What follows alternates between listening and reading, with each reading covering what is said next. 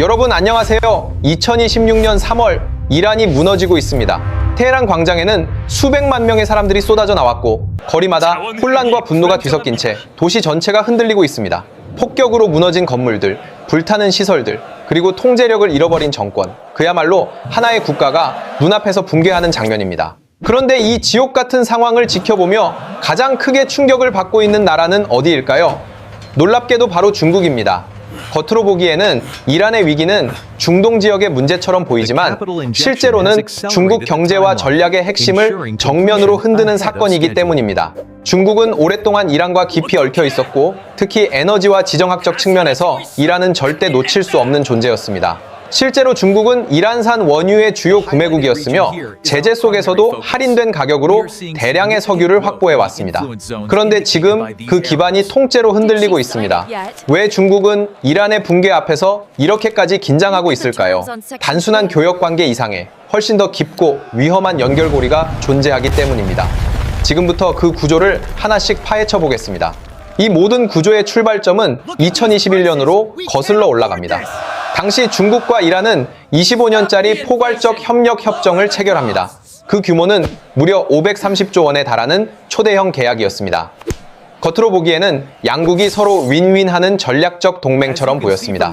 중국은 안정적인 에너지 공급을 확보하고 이란은 대규모 인프라 투자와 경제 재건의 기회를 얻는 듯 했습니다.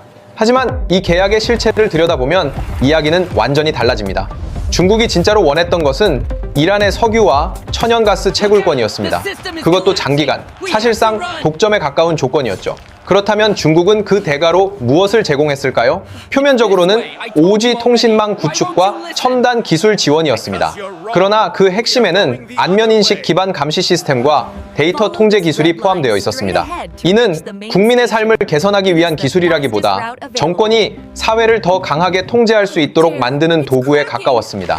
결국 이 거래는 경제협력이라는 포장을 쓰고 있었지만 실제로는 자원과 권력을 맞바꾸는 구조였습니다. 겉으로는 화려한 파트너십이었지만 속을 들여다보면 철저히 계산된 이익 교환이자 겉과 속이 완전히 다른 거래였던 것입니다. 하지만 시간이 흐르면서 이 화려해 보이던 협정의 실체가 점점 드러나기 시작합니다. 530조 원이라는 거대한 숫자는 마치 양국의 미래를 바꿀 약속처럼 보였지만 실제 집행된 투자 규모는 충격적일 정도로 미미했습니다. 2026년 초 이란 정부 내부 문건이 유출되면서 그 진실이 공개됐습니다. 중국이 약속했던 인프라 투자 가운데 실제로 집행된 금액은 전체 계획의 5%에도 미치지 못했던 것입니다. 다시 말해 95%에 달하는 약속이 사실상 공중에 떠버린 셈입니다. 도로, 철도, 항만 개발 같은 핵심 프로젝트들은 발표만 요란했을 뿐 현실에서는 거의 진행되지 않았습니다. 반면 중국은 이란의 자원을 끊임없이 가져갔습니다. 매달 수십억 달러 규모의 원유가 국제 시세보다 훨씬 낮은 가격으로 중국으로 흘러들어갔습니다. 투자라는 이름으로 포장된 이 구조는 결국 한쪽만 이익을 가져가는 일방적인 거래였습니다.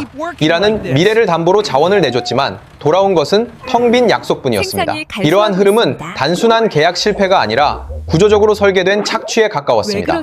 결국 이 협정은 협력이 아니라 철저히 계산된 일방적 착취 구조였다는 사실이 점점 분명해지고 있었습니다. 문제는 여기서 끝나지 않습니다. 이 구조의 가장 큰 피해자는 결국 이란 국민들이었습니다. 중국과의 거대한 협정이 체결됐지만 국민들의 삶은 단 하나도 나아지지 않았습니다. 병원은 새로 지어지지 않았고 일자리는 늘어나지 않았으며 경제는 오히려 더 악화되었습니다. 그 대신 무엇이 들어왔을까요? 거리 곳곳에는 감시 카메라가 설치되고 안면 인식 시스템이 확대되며 국민을 통제하기 위한 장치들만 늘어났습니다. 중국 자본은 국민의 삶을 살리는 데 쓰인 것이 아니라 정권을 유지하기 위한 무기와 감시 시스템으로 바뀌어버린 것입니다. 실제로 2026년이란 전역에서는 수백만 명이 거리로 쏟아져 나올 정도의 대규모 시위가 발생했고 이에 대한 강경 진압으로 수천 명이 목숨을 잃었다는 보고까지 나오고 있습니다. 국민들의 분노는 단순한 불만이 아니었습니다. 그것은 수십 년간 쌓여온 억압과 배신에 대한 폭발이었습니다. 자신들의 자원이 외국으로 빠져나가는 동안 정작 자신들은 아무것도 얻지 못했다는 사실, 그리고 그 대가가 감시와 탄압이었다는 현실이 결국 이란이라는 국가의 기반 자체를 흔들기 시작한 것입니다. 이 지점에서 반드시 짚고 넘어가야 할 핵심이 있습니다. 바로 중국 경제를 지탱해온 숨겨진 기반, 이란산 불법 원유입니다. 중국은 그동안 이란산 원유를 정상적인 방식으로 수입한 적이 거의 없었습니다. 미국의 제재를 피하기 위해 비공식 루트를 활용해왔고 그 비중은 무려 전체 원유 수입의 약 15%에 달했습니다. 하루 기준으로 환산하면 약 150만 배럴에 이르는 엄청난 규모입니다. 그런데 이 거래의 핵심은 단순한 수입이 아니라 가격이었습니다. 중국은 이란으로부터 국제 시세보다 배럴당 최소 15달러 이상 할인된 가격으로 원유를 확보해왔습니다. 이 차이는 단순한 숫자가 아니라 중국 제조업 전체의 경쟁력을 좌우하는 핵심 요소였습니다. 이 구조를 가능하게 만든 것이 바로 다크플릿, 즉 유령 유조선 네트워크입니다. 이 선박들은 위치 추적 장치인 AIS를 의도적으로 끄고 바다 위에서 움직이며 국제 감시망을 피해 다녔습니다. 수백 척에 달하는 이 유조선들은 인도네시아나 말레이시아 인근 공해상에서 서로 나란히 붙어 원유를 옮겨 싣는 방식, 즉 환적을 통해 원산지를 세탁했습니다. 이란산 원유는 서류상 말레이시아산 또는 기타 국가의 원유로 둔갑했고 그렇게 깨끗해진 기름이 중국 산둥성의 정유 공장으로 흘러들어갔습니다. 여기서 끝이 아닙니다. 이렇게 확보된 초저가 연료는 광둥성의 수출 공장들로 공급되면서 생산 비용을 획기적으로 낮췄습니다. 그 결과 중국 제품은 전 세계 시장에서 경쟁자들이 따라올 수 없는 가격으로 덤핑 판매가 가능해졌습니다. 우리가 알고 있는 메이드 인 차이나의 가격 경쟁력, 그 밑바닥에는 바로 이란의 값싼 불법 원유가 깔려 있었던 것입니다.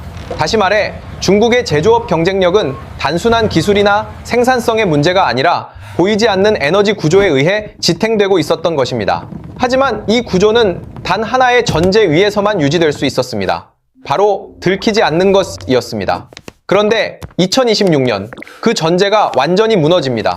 미국은 이미 오래전부터 이 흐름을 추적하고 있었고 이제는 기술적으로 완전히 장악하기 시작했습니다. 핵심은 위성과 인공지능의 결합입니다. 미국은 합성 개구레이더 위성과 AI 분석 시스템을 통해 전 세계 해상을 24시간 감시하고 있습니다. 선박이 AIS를 꺼도 소용이 없습니다. 위성은 배의 형체, 속도, 이동 패턴까지 자동으로 분석해 의심 선박을 정확하게 식별해냅니다. 그 결과 그동안 보이지 않던 유령선들이 하나씩 드러나기 시작했고 다크플릿 네트워크는 급속도로 붕괴되기 시작했습니다. 이란 정권이 흔들리면서 상황은 더욱 악화됩니다. 그동안 이란이라는 보호막 아래에서 움직이던 유조선들이 갈 곳을 잃고 바다 위에 고립되기 시작했습니다. 일부는 납포되고 일부는 선원들이 배를 버리고 도망치는 상황까지 발생합니다. 결국 중국은 가장 중요한 무기였던 값싼 원유를 하루아침에 잃어버리게 됩니다. 그 순간부터 경제의 연쇄 붕괴가 시작됩니다. 먼저 타격을 받는 것은 정유 산업입니다. 낮은 원가를 기반으로 겨우 유지되던 정유 공장들이 급격히 비용 상승을 버티지 못하고 무너지기 시작합니다. 그리고 그 충격은 곧바로 제조업으로 번집니다. 연료 가격 상승은 전기료 상승으로 이어지고 물류비와 원자재 비용까지 동시에 폭등합니다. 결국 공장들은 선택의 기로에 놓입니다. 생산을 멈추면 손해를 줄일 수 있지만 계속 돌리면 돌릴수록 적자가 쌓이는 구조가 되어버린 것입니다. 이른바 돌릴수록 적자라는 상황이 현실이 됩니다. 그 결과 일부 공장들은 가동을 중단하고 일부는 도산하며 중국 제조업 전체의 심장이 서서히 멈춰가기 시작합니다. 보이지 않던 에너지 구조가 무너지는 순간 그 위에 세워진 경제 역시 함께 붕괴되기 시작한 것입니다. 이란의 붕괴는 단순한 에너지 문제를 넘어 중국의 핵심 전략인 1대1로 전체를 흔드는 치명적인 타격으로 이어집니다. 이란은 지리적으로 유럽과 중동, 아시아를 연결하는 핵심 경로에 위치해 있으며 중국이 구축해온 육상 실크로드의 중심축이었습니다. 실제로 중앙아시아와 서아시아를 연결하는 주요 루트에서 이란은 반드시 거쳐야 하는 전략적 관문이었죠. 그런데 이란 정권이 흔들리거나 친서방으로 기울게 되면 이 거대한 물류 네트워크 자체가 단절될 위험에 놓이게 됩니다. 문제는 여기서 끝나지 않습니다. 이미 1대1로에 참여했던 여러 국가들은 심각한 부채 위기에 빠져 있으며 일부는 채무불이행 상태까지 내몰리고 있습니다. 스리랑카, 파키스탄 등은 중국으로부터 받은 대규모 차관으로 인해 부채의 함정에 빠졌다는 비판을 받고 있으며 실제로 상환 부담이 급격히 증가하고 있습니다. 이런 상황에서 이란이라는 핵심 축까지 무너지면 참여국들은 더 이상 중국과의 약속을 지킬 이유가 없어집니다. 채무 상환 거부와 프로젝트 중단이 연쇄적으로 발생할 가능성이 커지는 것입니다. 여기에 더해 군사적 균형도 크게 흔들립니다. 그동안 미국은 중동 지역에서 다양한 분쟁에 묶여 있었지만 이란이 약화되면 상황은 완전히 달라집니다. 중동에 투입되었던 항공모함 전단과 공군 전력이 다른 지역으로 재배치될 수 있게 되고 그 주요 방향은 인도 태평양, 즉 중국을 직접 압박하는 전선이 될 가능성이 큽니다. 결국 이란의 붕괴는 단순한 한 국가의 문제가 아니라 중국의 경제와 군사 전략을 동시에 무너뜨리는 결정적인 균열이 되는 것입니다. 이 모든 충격은 결국 중국 내부로 되돌아오기 시작합니다. 베이징과 주요 도시에서는 자본 유출이 가속화되고 부유층은 자산을 해외로 빼돌리기에 바쁩니다. 동시에 일반 시민들 사이에서는 식량과 생필품 사재기가 늘어나며 불안감이 빠르게 확산되고 있습니다. 이는 단순한 경제 문제가 아니라 체제에 대한 신뢰가 흔들리고 있다는 신호입니다. 그 중심에는 리더십의 균열이 있습니다. 그동안 절대적인 권위를 유지해온 지도부가 점점 흔들리면서 내부 권력 갈등까지 격화되고 있습니다. 결국 이란의 붕괴는 하나의 사건이 아니라 중국이 수십 년간 쌓아온 경제, 외교, 군사 전략이 동시에 무너지는 신호탄이 되고 있습니다. 여러분은 이 연쇄 붕괴가 어디까지 이어질 것이라고 보십니까? 여러분의 생각을 댓글로 남겨주세요. 영상이 도움이 되셨다면 좋아요와 구독, 알림 설정도 꼭 부탁드립니다. 어쩌죠?